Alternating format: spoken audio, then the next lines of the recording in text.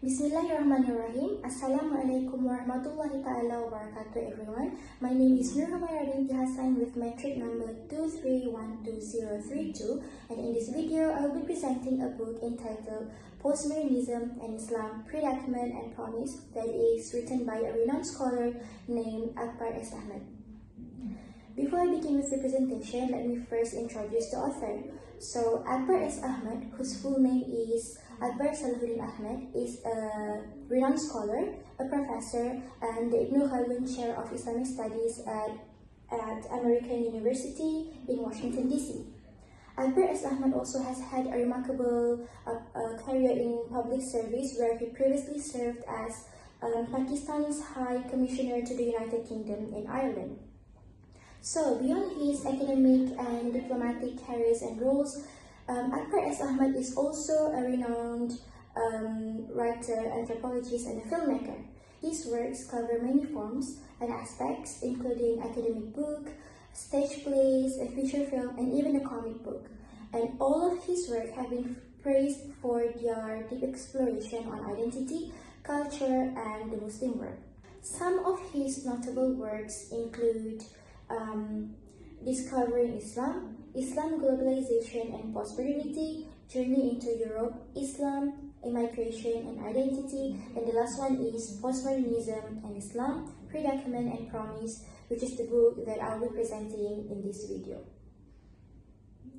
In this video, I will begin the presentation by giving the introduction of the book itself by highlighting the central themes. Following that, I will elaborate on some key points, some interesting key points that are discussed in the books, and finally, I will conclude the presentation. With that being said, let us move on to the introduction of the book. The book, Postmodernism and Islam, Predicament and Promise, explored the complex relationship between the Islamic societies and postmodernism, highlighting how Islamic societies face the challenges and opportunities brought by postmodernism in the context of globalization, identity, cultural conflicts, and media. There are 6 chapters in this book, which are Postmodernism and Islam, Great Gods and Semitic Prophets, Confrontation and Clash, Studying Islam, Culture and Change, and the last one is The Evil Demon, the Media as the Master. The first key point is the impact of modernism on Islamic identities and beliefs. These key points specifically taken out from chapter 1, which is Postmodernism and Islam, where Akbar Ahmed explains how modern ideas have negatively affected the Muslim societies. First, he explains how at first many Muslims welcome modernism as they see modernism as a progress and as a way to improve. Specifically stated on page 30 and 31, it stated how modernism gave Muslim scholars opportunity to engage with British colonial rule effectively through their knowledge, and how the modern leaders saw modernism as a drive to progress and improve by learning from the West, specifically through their educational system, technology, and industry. But as the time goes by, this modernism that was initially seen as an opportunity to improve has led to many problems. On page 33, Akbar Ahmed writes, "The modern period has led Muslims into a cul-de-sac. Dictators, coups, corruption and nepotism in politics, low education standards and intellectual paralysis, the continuing oppression of women, and the underprivileged and grossly unequal distribution of wealth were some of its characteristics." This quote shows how modernism failed to improve the Muslim societies, but instead led to many problems.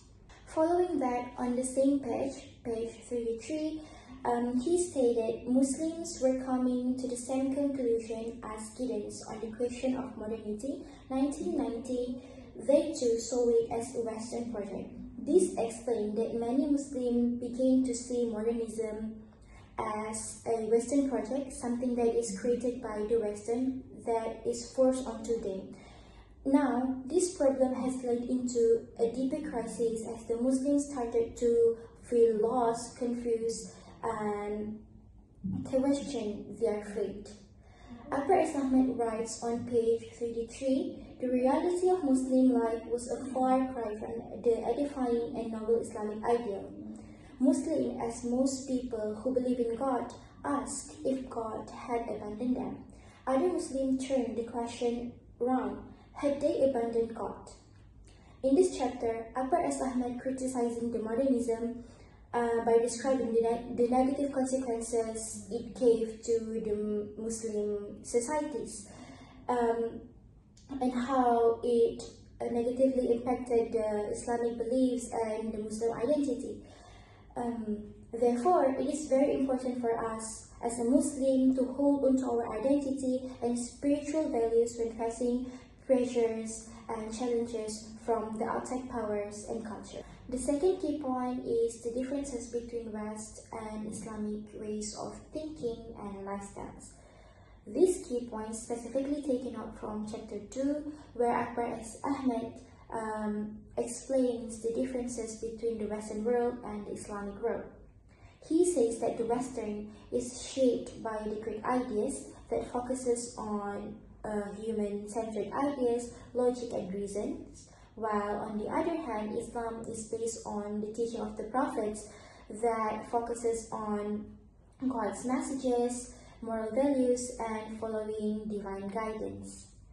Following that, he also explains that Islam once explored Greek ideas, but later they chose to stick to the teaching of the prophets, the God's messages, and moral values, as the Greek ideas were seen as incompatible with the Islamic teachings. He writes on page 51, Islam, unlike Christianity and Jewish civilizations, first accepted then rejected them from its system. This shows that Islam made a clear choice to stick to the teaching of the prophets that based on God's messages and moral values rather than reason alone. That is from the Greek ideas. The Western view values reason, human-centered ideas, beauty, and individual freedom. Meanwhile, Islam focuses on following God's will and moral values. Next, in chapter 5, Akbar Ahmed uses the example of simple clothing, which are jeans and robes or loose clothing, to highlight the differences between the West and Islam. On page 192, he notes that jeans are so popular in Western for being stylish and convenient. However, they have not widely caught on the Muslim societies except the Westernized youth.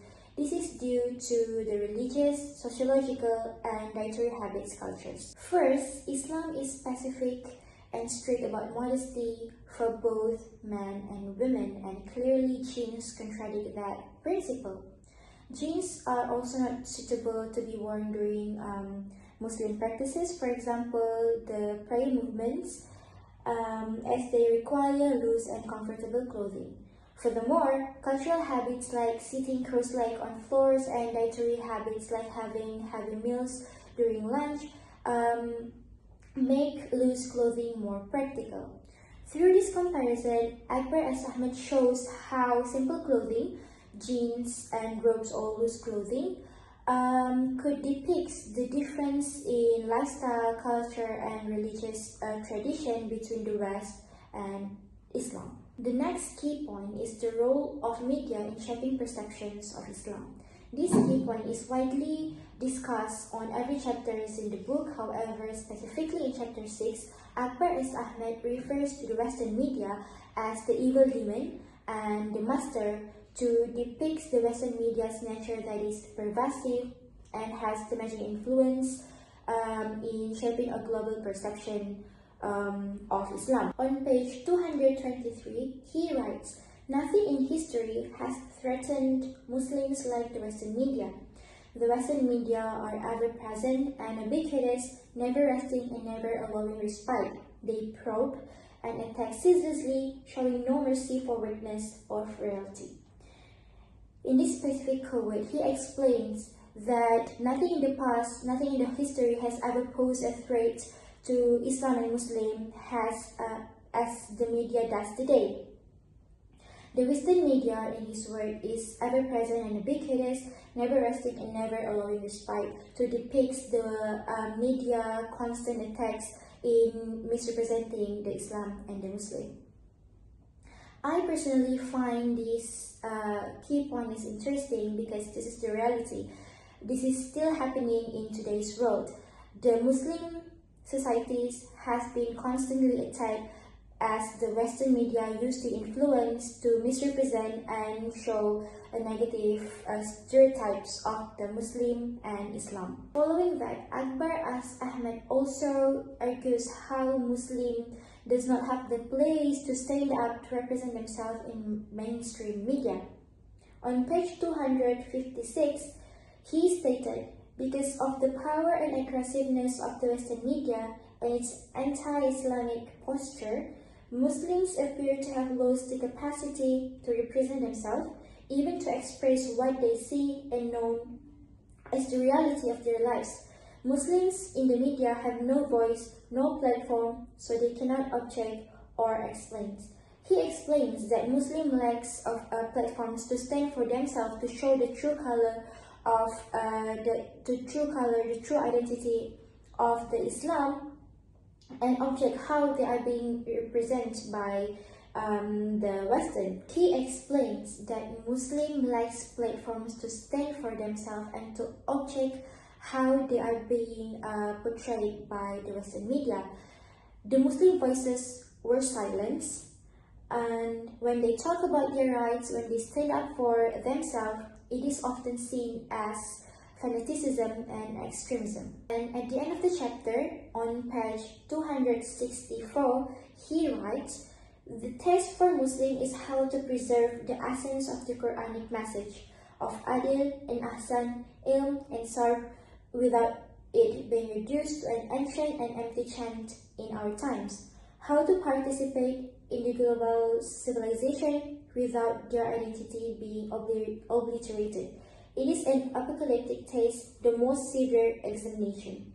Akbar S. Ahmed argues that Muslims are being challenged to live out the core values from the Quran, which are Adil, justice, Ahsan, compassion, Ilm, knowledge, and Sab, which is patience, without losing their identity while actively participating in global civilization. This challenge is what he calls an apocalyptic test, the most severe examination. This chapter is like a call for Muslims to present and counter the misrepresentation by the Western media. Therefore, as a Muslim, we need to find a way to combat and stand for ourselves to show the true identity of Islam. In the book Postmodernism and Islam, Predicament and Promise, Akbar S. Ahmed explores how the Islamic societies are being challenged and struggling in maintaining their true identity in the face of modernism, Western influence, and media narrative. Through the discussions on modernism, cultural and religious differences, and the misrepresentation of Islam by the Western media, Akbar S. Ahmed calls for Muslims to stay rooted in their spiritual values, to stand up with their knowledge in defending the true image of Islam. I think that's all from me. Thank you for watching the video. Assalamualaikum.